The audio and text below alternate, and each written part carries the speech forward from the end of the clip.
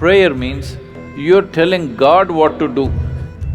You think you're God's consultant. Meditation means you just shut up. If you just shut up, everything that needs to happen to you will happen to you.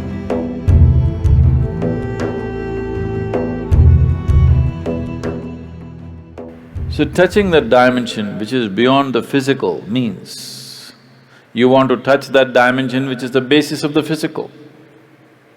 When you say that which is the basis of the physical, what you're talking is that you're not interested in creation, but you're interested in the source of creation.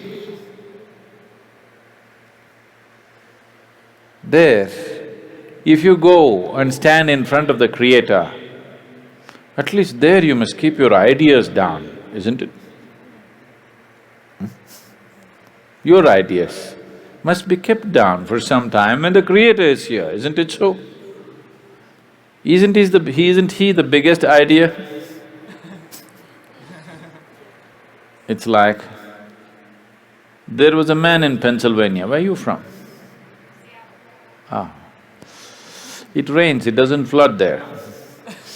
That's why we put Seattle on the coast. Otherwise, it would flood, that place. So Pennsylvania, there was a man in Pennsylvania. Once there was a big flood and… Are you okay if there's a joke inside a joke? You're all right. The flood was beginning to happen, the water was filling up, and there was a very enthusiastic young journalist who was reporting stage by stage, hour by hour as to how the flood is progressing, Because that is journalism.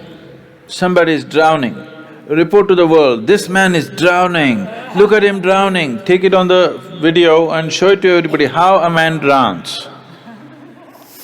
You don't throw the goddamn camera and get the man, no. You show the whole world how a man can drown in a flood. So, these are not the days of video cameras, only, Morse code is how the report is being filed. So he filed a report very eloquently, he said, as God sits and watches, the water is filling up in this part of Pennsylvania and houses are going down and this and that, and described it in very eloquent terms. Then he immediately got a response from his editor, leave the flood, interview God. God is sitting and watching, he thought he's somewhere here and forget about the flood, interview God. They didn't get to interview him, it continued. Many homes drowned, many people died, but one man survived. This man who survived went to New York City and shared among people how he survived a Pennsylvania flood where so many people died. People gathered. Then he went to Boston and talked about how he survived a Pennsylvania flood, and more people gathered. Then he came to Seattle and he shared, more people gathered. Then he started his roadshow, city to city, talking and talking about how he survived a Pennsylvania flood. He became a famous speaker in America, and then naturally, every American has to write a book within their lifespan. So he wrote a book, how he survived a Pennsylvania flood. It became famous, he spoke everywhere, and his engagements became international. He became a millionaire, sold millions of books. All his life he only spoke about how he survived the Pennsylvania flood. And one day he died, not in a flood, he died. And they had an assembly. He went through the pearly gates And there was an assembly of people and there was an opportunity to speak. A few people could speak. So he told his neighbors, I will share my experience about how I survived Pennsylvania flood. Somebody nudged him and said, there is no one in the audience.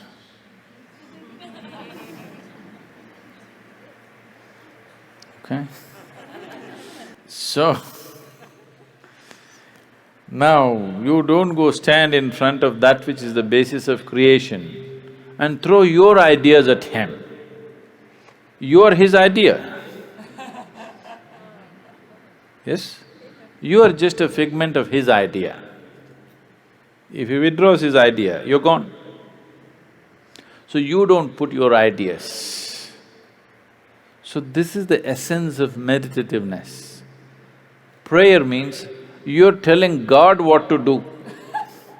You think you're God's consultant.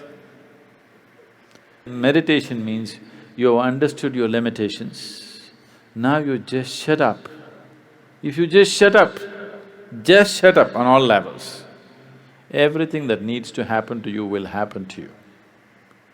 All the training is just to help them to shut up.